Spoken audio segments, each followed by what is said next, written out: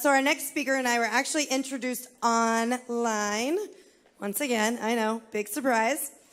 And then I actually had the opportunity to meet her in real life in February, I believe it was, at Summit Live. And as I was putting together this event, I, was brainstorming people out of state. Obviously, we've had a lot of people travel to be here to speak today, but I also wanted to make sure that we had lots of local people as well. So, we've got Joel, local, Mia, Matt, that you already heard from. Well, she's not exactly Denver, but she's just up the road in Fort Collins. And so I sent her a Facebook message and I said, hey, I have an idea I want to chat with you about. And so we scheduled a call, and she was super pumped. So a little bit about her. Let me get my notes.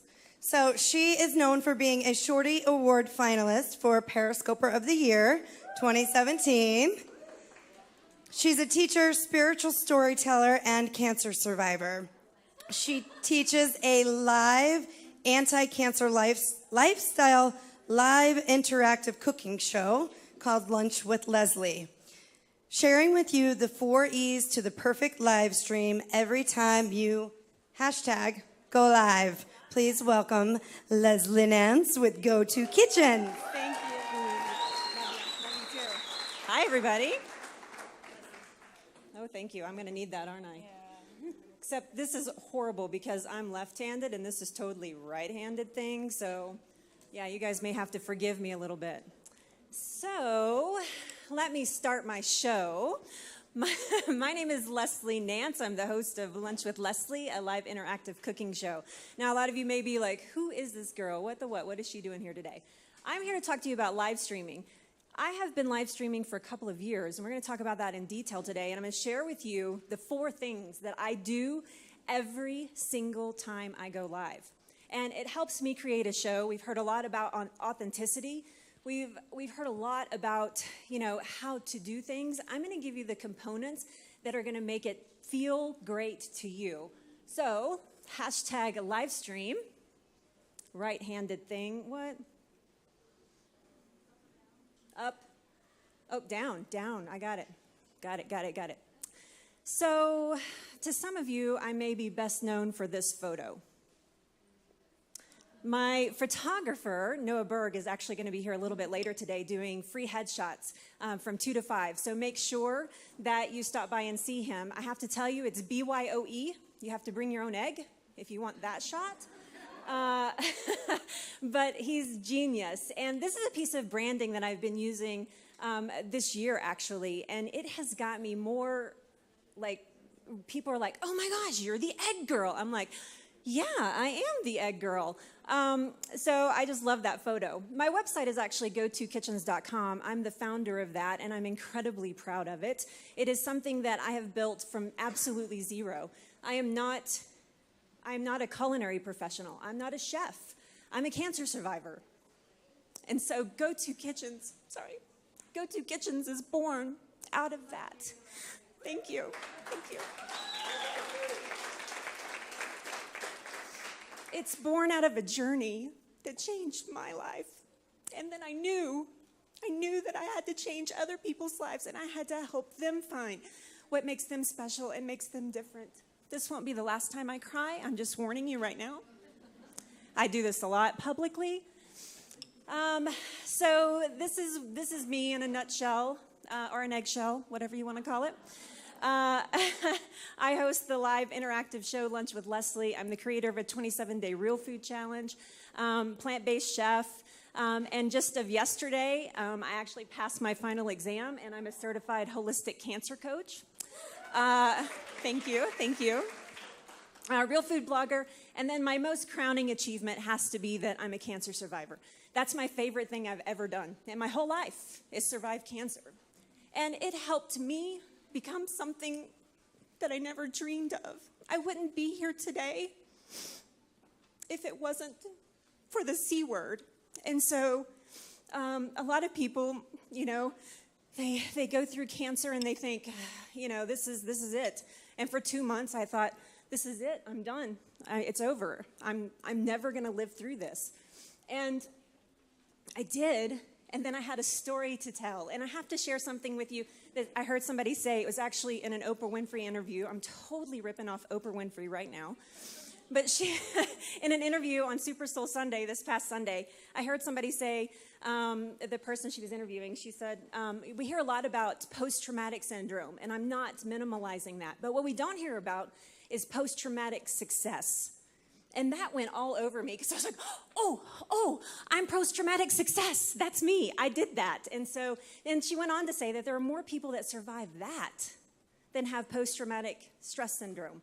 And I just thought that was a brilliant thing. So I've used that to create a live streaming show that I'm incredibly proud of. But we're not here to talk about or to convince you even to do live streaming. What I'm here to do is to share with you my secrets about my show. Now, I'm a Shorty Award nominated broadcaster. I did not win. You should know that. I did not win, but I made top 6 with some of the most brilliant live streamers that I know. And it was out of millions of people that go live on Periscope. I couldn't believe they selected me, even as a nominee, much less make top 6. And so I want to share with you what I do during the day. This is my day job. I work with wellness brands. I'm a social media. I do all my own social media except Instagram, and my Instagram guru is actually here with me today. But I do all my own social media. I do group cancer counseling, food blogger, recipe developer, blah, blah, blah. So you might think that I'm here to talk about time management, and I'm not. My second job is actually introducing live streaming to the world. I love live streaming. It changed everything for me. I was blogging. I was doing okay. I was talking from the heart. People were responding. And then one day I get on Periscope. That's my main platform. I broadcast from Periscope. And Facebook, and soon YouTube Live as well. But I got on Periscope, and I couldn't believe the interaction. And my audience started doubling, and then it started tripling, and then it started quadrupling, and I was like, wow, what's the secret sauce? What's going on there? Because I'd like to teach that to people. And so I've been to food conferences all over the country this year, teaching food bloggers and chefs how to do what I do, giving away my secrets. And a lot of people say, well, doesn't this create competition for you? I'm like, no, it creates a space. We're creating a space where we can all be, because Food Network succeeds, right? How many of you watch Food Network, right? It succeeds, and there are a lot of chefs on there. Well, if I can legitimize the platform for chefs, then that makes me even stand out better. So I've been around teaching live streaming to mostly food people, but all kinds of conferences. I get asked to a lot of them. That Shorty nomination will take you a long way. So... And then I've been giving my biggest tips away. And the 3 biggest questions that I always get, I get 3 questions. Can anybody guess what the first question is? It's easy. I'm sorry? Well, that's a good question. That's not one of them, though.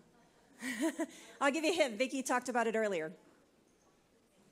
How do you make money? How do you make money doing what you do?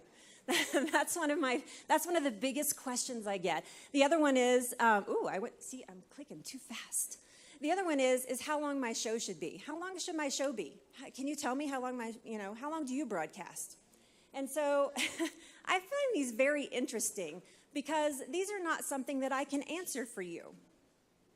I can give you tips on how to monetize. I can give you tips on how long your show should be.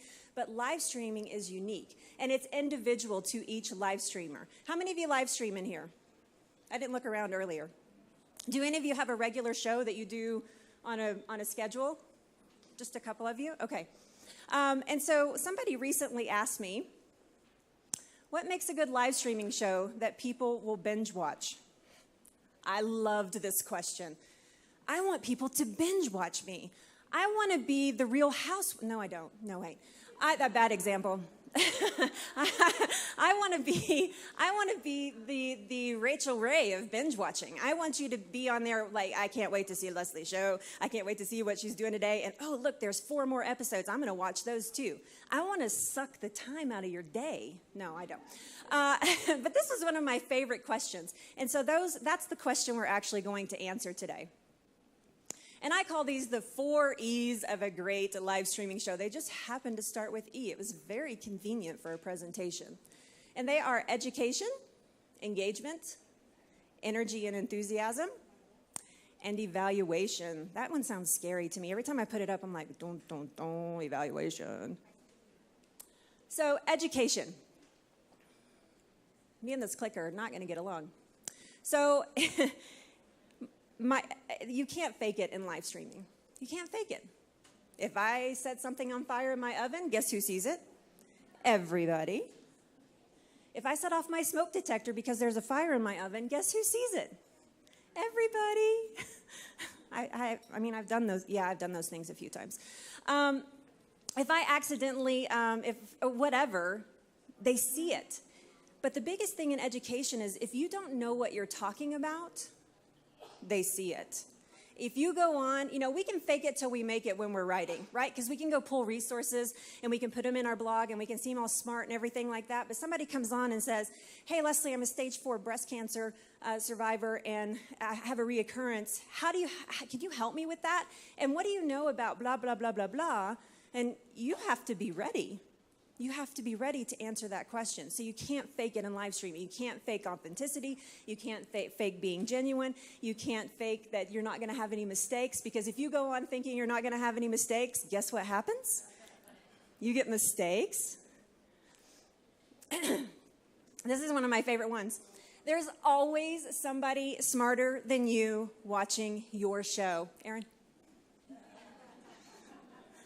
There's always wow, I did that really good. There's always somebody smarter than you that is watching your show. Live with it. Get over it. Check your ego.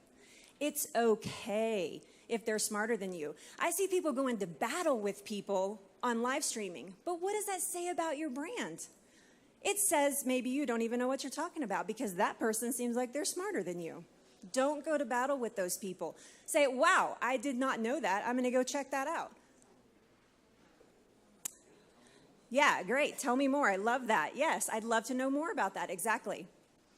So I call these the magic words of authenticity.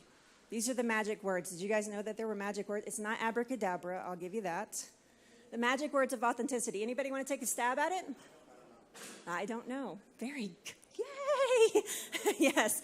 The magic words of authenticity are I don't know. Do you know how many times in a live streaming show that I have to say, I don't know? Janie knows how many times I say it. She watches my show almost every day. I say I don't know almost every single day, and today is no exception. I'm saying I don't know. So, but I say this all the time. I don't know the answer to your question. That is such an awesome question. We should research that together. But the best hang is to say, you know what? If you'll reach out to me, I will find the answer to your question. Here's my email address. Go check it out. Here's my website. So you actually turn a I don't know into I'll find out, and here's how you contact me, and everybody knows how to contact you as well. So I kind of like it when I don't know, quite frankly. Yeah, so this has happened to me over and over and over and over and over, and they're all laughing right now, over again. My super fans, I call them, they're community members, but my super fans, there's a lot of them, they don't do what I do for a living, and they have time to research the thing that's very particular to them. So, for example, I have a woman who is, she has Parkinson's disease, and she has rheumatoid arthritis. She has two very specific things. I talk mostly about living an anti-cancer lifestyle, making your body inhospitable to cancer. But she watches my show because she sees that there's some similarities in the food that I cook and maybe what would help her as well. But Pam, hi Pam if you're watching, but Pam has outpaced me in knowledge. She knows a lot about Parkinson's disease now. She is learning how to overcome her Parkinson's disease. In fact, she's off of like 4 or 5 medications for it. She doesn't have to take her high blood pressure pills anymore. But I have sparked something in Pam that made her want to know more about herself. And that's really my job. That's really what I do for a living, is I impress upon somebody else to want to be different and to make a change. So you have to be okay with them outpacing you and then circling back saying, well, Pam, I don't know. I don't know the answer to that question.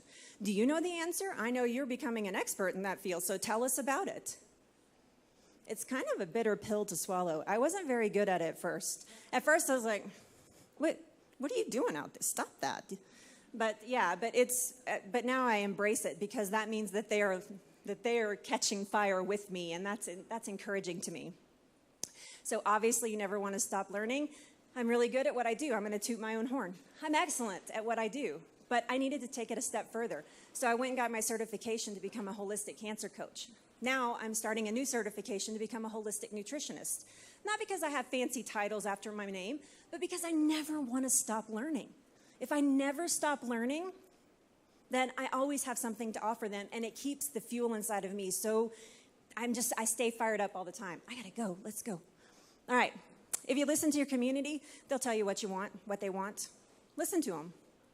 Education is part of listening. You can't always be talking. It feels like you're always talking because they're just typing in. You can't see them, they can only see you. But listen to them, stop, read the comments, look at what they're saying, acknowledge what they're telling you, and then find ways to talk to them about it, whatever it is that they're looking for. Engagement. Does that kind of catch you off guard when I say that? Be Stan Laurel? Does anybody know who Stan Laurel is? Okay, let me just say that I am not that old, but let's just be clear, and maybe I am that old, I just look really good. So Stan Laurel was actually part of a comedy duo of Laurel and Hardy. Now, do you guys know who Stan? Okay, all right. So he was part of a comedy duo, and Laurel and Hardy were best known. The reason that they got so like in front of people, and they were, everybody wanted to know who they were and what they were doing and watch their shows, is because of their engagement. They engaged their fans on a regular basis. They were so engaged that Stan Laurel on his deathbed was still answering fan mail by hand himself. His phone number was public in the phone book. You could call Stan Laurel, hey, what's up, Stan? He'd be like, oh, I'm answering fan mail. But you could call him. He left his name and number in the phone book so that his fans could contact him and reach out to him. Be accessible to community. You may think you're a rock star, and they may tell you that you're a rock star, but you can't act like a rock star. You need to be accessible. You have to, when your community comes running across the room to grab you and hug you, you better be ready to get a hug. You have to be accessible. When they email you crying that their mother was just diagnosed with breast cancer, you better be accessible. You have to be accessible. Live streaming, you're their BFF. For some people, you're all they've got. They watch you routinely. You're the person that they go to. You're their entertainment, whether you like it or not. You're their entertainment. So you have to be accessible to them when the time comes for you to communicate back with them. Now, I have actually a VIP community where I keep it all in check. It's a free community, but they can go there and we talk on Facebook, and that's what I do personally. But find what works for you. How do you make yourself accessible to your audience? And this doesn't just apply to live streaming, right? This applies to all social media. All social media. Simple, have more free content than paid content. That is a horrible thing to swallow. I hate that. I like making money. I'll be honest with you. I love to make money. But it's important that I give away a lot of free content because you know that know, like, and trust? They have to know you, like, you, trust you. Well, you got to give them a bunch of free stuff sometimes to get them to that point. And live streaming, it happens very quickly. We're going to talk about that in just a second. Encourage conversations, obviously. Hi, where are you from? Where are you guys tuning in from today? How many of you are new here today? You know, asking those kinds of engaging questions. How many of you hate carrots? I mean, let's be honest. I'm selling broccoli. I'm telling people they need to eat broccoli. You guys' jobs are way easier than mine. So, and kale. You gotta eat kale. You gotta eat broccoli.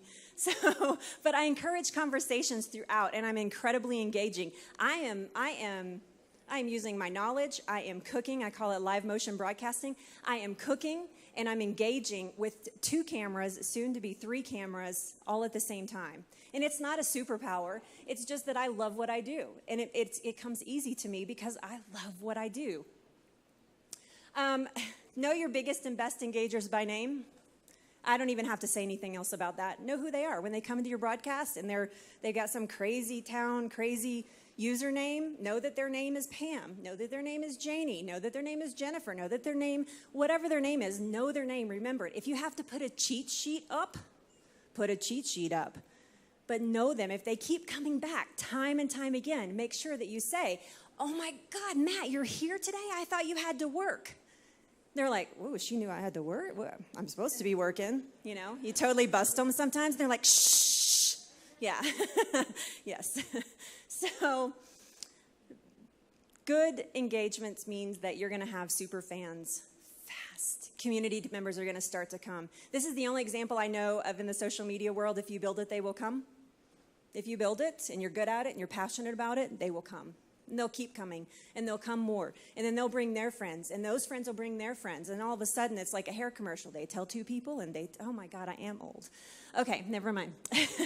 So make your content absorbable in real time. Don't try to get all technical unless that's what you talk about. That would be one thing. For me, I could talk about kale and the benefits of kale and broccoli and carrots all day long. I could spend 5 hours telling you why kale is something that you just got to eat. I hate kale, by the way. Everybody's laughing. It's disgusting. Anyway, you do not have to be healthy. If you just take one thing away today, you do not have to be healthy and eat kale. Okay. But make it absorbable in real time. Don't get too technical. Don't try to get, beyond. Put that in your writing. Put that in your social media posts. Put that somewhere else. But don't try to do it in live streaming. You'll just see your numbers drop. Instant gratification. The best part for your viewers is that they get to talk to you. Imagine if you were watching... Can you guys tell I'm a Rachel Ray fan? So imagine if you were watching Rachel Ray. I love her. Anyway, imagine you were watching her and she's cooking and I could be like, hey, Rach. I pretend we're on first name basis. Hey, Rach, like short name basis. What was that you just put in there? Imagine if I could do that. Well, that's what I am. I just compared myself to her, but that's okay. I am her in live streaming. People can come and talk to me and they feel like I'm their BFF and they can engage with me and they can ask me questions real time, and that is invaluable. It's one of the most beautiful things about live streaming. So understand that it's instant gratification. So I can't remember who said it earlier. Maybe Vicky said it earlier. When I'm in somebody's stream and they're like, hey, Leslie, what's up? I'm like, oh my God, they said my name, right? Vicky's doing the happy dance. Me too. I get so excited. I'm like, oh my God, they know who I am. It's amazing. So know that is one of the most important things. All right, we got to go fast. Energy, enthusiasm. I have no lack of that. Not a problem. So I want to talk about what your trigger is. What is your trigger? When it's time to go to work, I have 2 triggers. They're my favorite things on the planet. I have 2 triggers. I have my mantra. Please let me be light into darkness and never darkness into light. That's my mantra. Every time I take the stage, every time I go on the camera, every time I do anything where anybody else is going to be looking at me and trusting me, I say, please let me be light into dark and never dark into light. And then my husband, who just texted me right before the broadcast, said, we're all counting on you. And it started as a joke. He would text me or call me, or we work at home together, and he would say, he'd come in the kitchen, he's like, hey, we're all counting on you. And we'd be like, ha, ha, ha. And then one day he looked at me and he said, we are all really counting on you. See, I told you I'd cry again. And I was like, oh my God. But that's my trigger. That's where I know that it's time. My brain triggers as soon as I hear that. I'm like, oh, it's time to go on.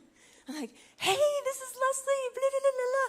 And I may have a splitting headache, or I may have just gotten a really rotten phone call or whatever, but that triggers me that I know that it's time to work. So let's explore quickly. What would work for you? Here's some things. Does anybody else do this, by the way? Have a trigger that you get one? Yeah, get one. It's powerful, right? Yeah, it's a powerful thing to signal your mind. It's something that I took from acting class, actually, is that if you have a trigger, it signals you that it's time to go live in this instance. So I want you to think about that. Whatever inspires you to do your best work, it could be a million things. Whatever inspires you to do your best work, use that as your trigger. And then the last E, which is evaluation. I hate that. That makes me feel like somebody's going to judge me, but you're going to judge yourself. I just have one simple question, and that's this.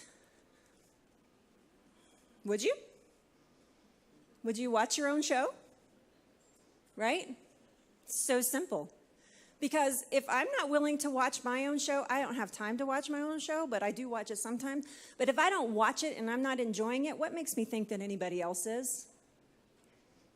Would you bookmark your page? Would you make sure that you were following you? Are you that compelling? Is your passion seeping out of you that much? Because if it's not, then it may be time to strategize. So this is what I always ask myself. Did I seem comfortable with my topic? Did I answer at least 75% of the comments? Yes, I just said 75% of the comments. I try my best. That's always my goal, to answer 70. That's the engagement level that I'm at. 75% of the comments, which is hard in my live stream because I get a lot of comments. And then I give good positive energy. And then I want you to ask me, how long should my show be? How do I monetize? If you do the 4 E's of live streaming, you'll know what's a great show. You'll know what's a great show. You'll know how to monetize because your passion will guide you. And then I just want to leave you with one last thought before my 1 minute is up, and that's this. This will make me cry again. My dad, oh, good Lord. My dad came to me about 3 weeks into my live streaming show, Lunch with Leslie. By the way, I started my show on a Tuesday at noon, and I never quit. It's been there ever since. I was hooked from the second I hit go live. And he said to me, there's a quote by Mark Twain that says, the 2 most important days in a person's life is the day that you're born and the day that you find out why. And I think you know your why. And so today, as you're listening to everybody, and you're taking notes and you're taking screenshots and whatever you're doing, you need to find your why. Make sure you know if things are not going your way and you're like, I don't know what's going on. I think I'm doing good. Maybe you don't know your why. Some of you, it's really obvious. You know what your why is. And so let your passion take over. Let whatever it is that makes you get up in the morning and go to bed tonight wanting to get at night and get up the next morning, let that drive you through your next day and tell you what to do. Because I promise you, it will tell you what to do. Thank you guys so much. Yay. Thank you, Leslie. There's all your toys.